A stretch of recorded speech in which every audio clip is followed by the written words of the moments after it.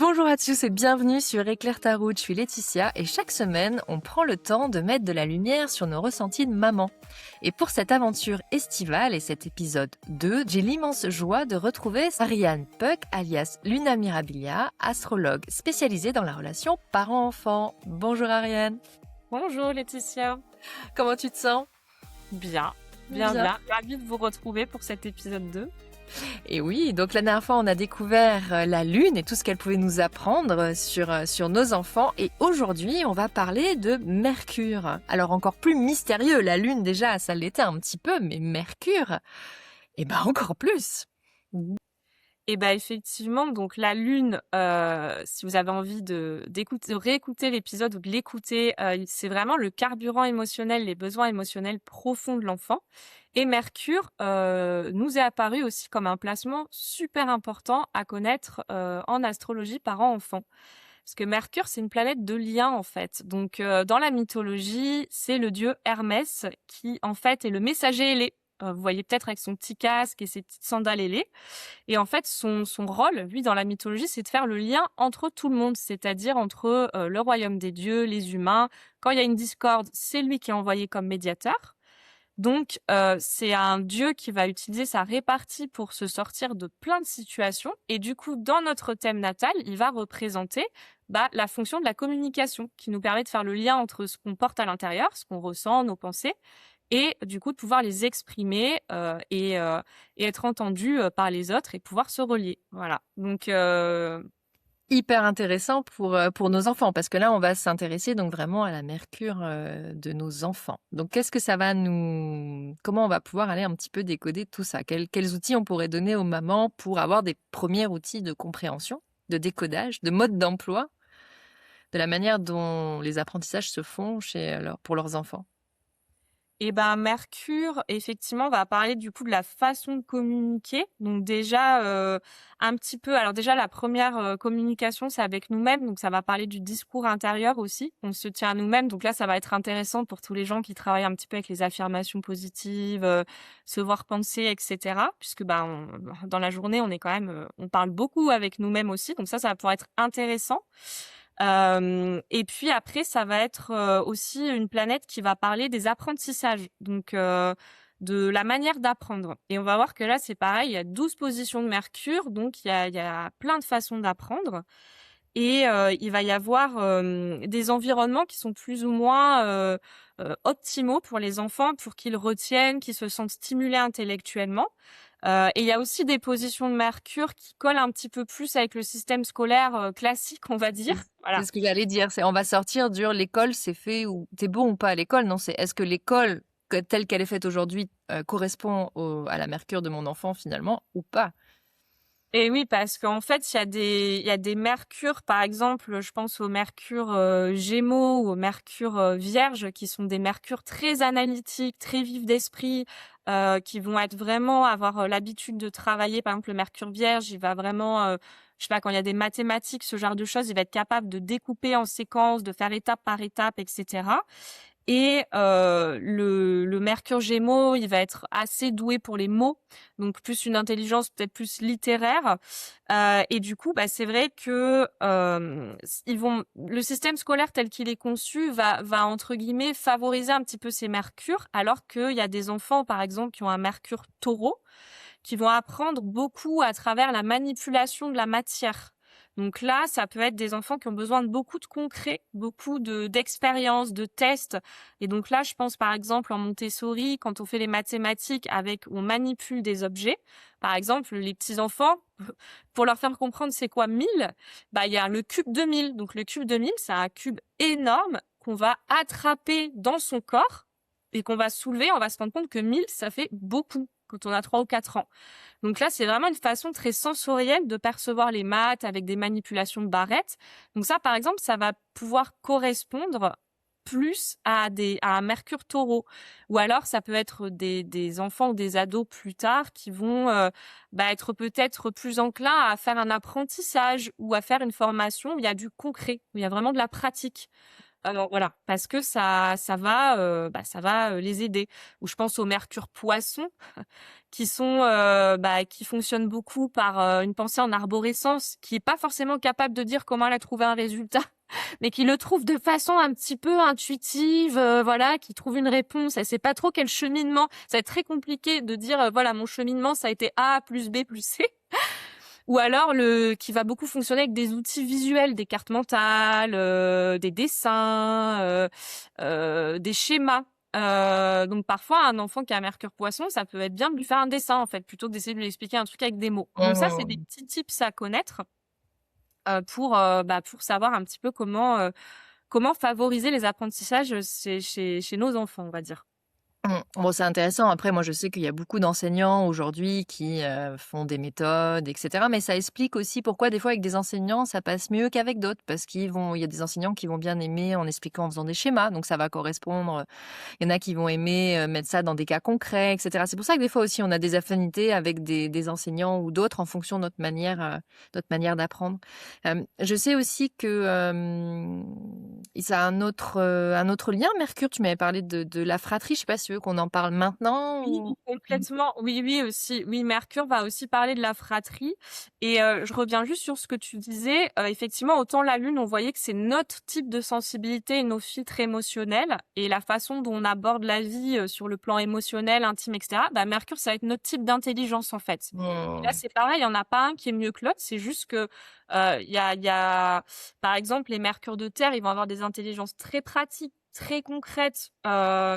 Très orienté, donc ça peut être super très orienté vers la matière pour des gens qui font, je sais pas, de la menuiserie, des choses, voilà, des travaux, des choses très concrètes où il y a besoin de beaucoup de sens pratique. Et après, bah, je sais pas, les mercures d'eau, ils vont s'exprimer avec sensibilité, créativité, ils vont avoir besoin plus d'une connexion émotionnelle avec l'enseignant. Donc c'est là aussi où, bah voilà, parfois, il y a des mercures qui vont, par exemple, un mercure vierge, il va plus voir la qualité de l'apprentissage. Il va être capable de se dire, là, l'idée m'intéresse ou le concept m'intéresse. Un mercure d'eau, il va plus être sensible à dire, est-ce que j'ai une connexion émotionnelle avec Hmm. l'enseignant ou la personne avec qui je fais un atelier, un sport. Et là, ça va mieux passer. Vous voyez, c'est des modes un peu différents. Je Et me oui, il souviens y que tu a m'avais dit pour mon fils que lui, il serait très, effectivement, s'il aime bien l'enseignant ou s'il est bien, ça irait. Et s'il aime pas, ça irait pas. Donc c'est vrai que c'est assez précieux parce que ça nous permet de prendre du recul. J'ai gardé cette petite information en tête et je sais que quand il rentrera dans son parcours scolaire, bon bah si je vois que ça fonctionne pas, je me dirais bon, je pourrais lui poser des questions en disant comment tu te sens avec l'enseignant, etc. Et lui apprendre à prendre du recul aussi par rapport à ça. Mm. carrément, carrément. Et oui, du coup, Mercure, bah, effectivement, ça va être aussi le lien à la fratrie puisque Mercure va représenter l'ouverture sur le monde. Donc, dès qu'on sort un petit peu, on va dire, du duo des parents, bah, les premières personnes en général qu'on rencontre dans notre environnement avant d'être sociabilisés à la crèche, tout ça, bah, ça va être nos frères et sœurs, éventuellement nos cousins, cousines. Donc, Mercure va représenter tout cet entourage. Alors, la fratrie qui est vraiment dans le foyer, tout l'entourage proche, les voisins, les cousins, cousines, tout ça. Donc là, c'est pareil, ça peut donner des indications sur comment est vécu le lien, bah, du coup, aux frères et sœurs. Donc, bah, ça peut être intéressant aussi de voir un petit peu si c'est en tension, si c'est fluide, voilà, comment l'enfant y perçoit le reste de sa fratrie. Donc parfois, il y a des infos assez précieuses à aller choper sur cette position aussi. Oui, exactement. Surtout quand on a des frères et sœurs, ça peut nous aider à comprendre s'ils sont proches ou pas, aussi à expliquer un petit peu. Mais du coup, je fais le lien et c'est parfait. Quel intérêt d'aller comparer? Est-ce que c'est intéressant d'aller comparer notre Mercure avec celui de notre enfant?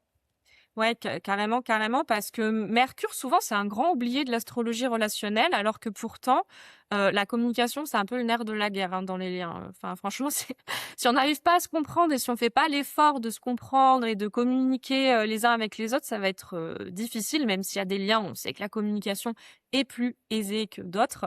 Mais donc, c'est hyper important d'aller voir, parce que là aussi, ça va être les filtres mentaux. Comment est-ce qu'on réfléchit?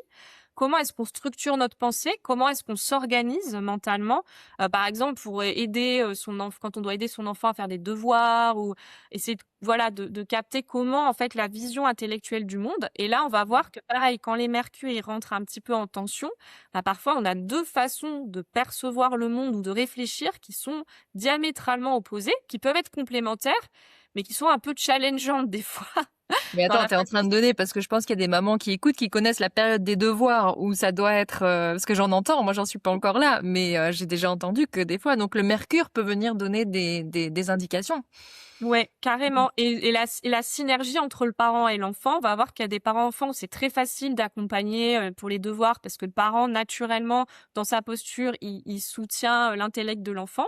Puis parfois, on va voir que peut-être vaut mieux déléguer ça à quelqu'un d'autre. Ça peut être le conjoint, ça peut être un membre de la famille, voilà, parce C'est que ça que j'adore c'est... avec l'astro, c'est que ça te déculpabilise tout de suite en disant, en fait, je suis pas une mauvaise mère si j'arrive pas avec mon enfant. C'est que, en fait, je me rends compte qu'on n'a pas du tout la même façon de comprendre les choses, donc c'est difficile de se parler en fait, et donc de se dire bah je délègue parce que là tu seras mieux accompagné par quelqu'un qui fonctionne peut-être plus comme toi ou en complémentaire qu'avec moi où je suis en opposé. C'est ça qui est magique avec Ouais, complètement. C'est de savoir aussi lâcher des fois sur des choses où bah finalement c'est peut-être pas optimal de faire ça ensemble, même s'il y a d'autres forces dans le lien. Et c'est aussi important de regarder les mercures avec son enfant et dans les duos. Moi, j'avais vu une fois un couple comme ça où en fait il y en avait un qui avait un Mercure Capricorne de mémoire en maison 4, donc qui avait besoin de beaucoup processer quand il y avait une dispute ou un truc. La personne avait besoin de rentrer en soi, de beaucoup de temps pour arriver à comprendre ce qui se passait. Ça passait vraiment par un retrait de la communication. Et l'autre personne avait un Mercure Balance, donc elle avait besoin de processer en duo. La Balance, c'est le lien Ah du oui. duo. Donc vraiment de beaucoup discuter avec l'autre pour que ça avance. Donc là, c'était deux mercures qui étaient pas faciles à harmoniser. Et quand je leur ai expliqué ça et ces différents modes et qu'il y en avait pas un qui était c'est juste chacun à son mode, bah ça, je pense, que ça a permis de faire Poser retomber les un choses. truc dans le duo. Ça, Ouais, et c'est... puis d'accepter l'autre et d'accepter ses limites et de respecter les siennes aussi. Et tu dis quelque chose de très intéressant, je trouve, et on le rappelle à chaque épisode, mais tu as dit qu'ils avaient un Mercure en maison 4, et c'est vrai que j'en profite pour dire que là, on donne des généralités, bien sûr, mais après, il faut regarder le positionnement de la maison, etc. Et un ensemble de thèmes natals qui te permet vraiment d'affiner, parce que des fois, on peut avoir des petites ambivalences, hein, voilà, je tiens à le repréciser parce que c'est important, en fait, de le dire que ça peut quand même être différent en fonction des positionnements. Oui, l'astrologie, c'est un outil hyper complexe et hyper détaillé. Et c'est vrai que, bon, en général, quand on pense astrologie, on pense horoscope où ça parle Oui. que des signes, alors que l'astrologie, effectivement, il y a les Bien plus signes, grand. il y a les maisons, il y a 10 planètes. Là, on en a exploré déjà 2, Lune et Mercure. Donc, ça va bien au-delà. Il y a un degré de complexité dans cet outil. Pareil, les planètes se parlent entre elles et ça va générer des dynamiques. Donc, effectivement, l'idéal, c'est d'avoir quand même une vue d'ensemble du thème pour Pour aller pouvoir, dans les précisions. voilà, dans des Bien précisions. sûr. De quoi on va parler dans notre prochain épisode, le 3?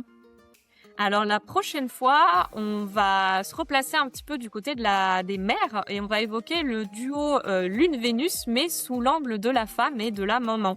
Donc Lune-Vénus, ça va être nos polarités féminines et c'est comment on peut prendre soin de soi, bah, pour ne pas être saturé, pour nourrir aussi la femme en soi, qui n'est pas que la mère, qui est aussi l'amoureuse, si on est en couple, la créative, celle qui fait ses projets, etc. Vaste sujet, répondre à ses besoins sans culpabiliser. Merci Ariane pour cet éclairage sur Mercure qui était encore une nouvelle fois fascinante. On se retrouve la semaine prochaine donc pour parler de la Lune et du Vénus du côté de la mer. Merci, à la semaine prochaine.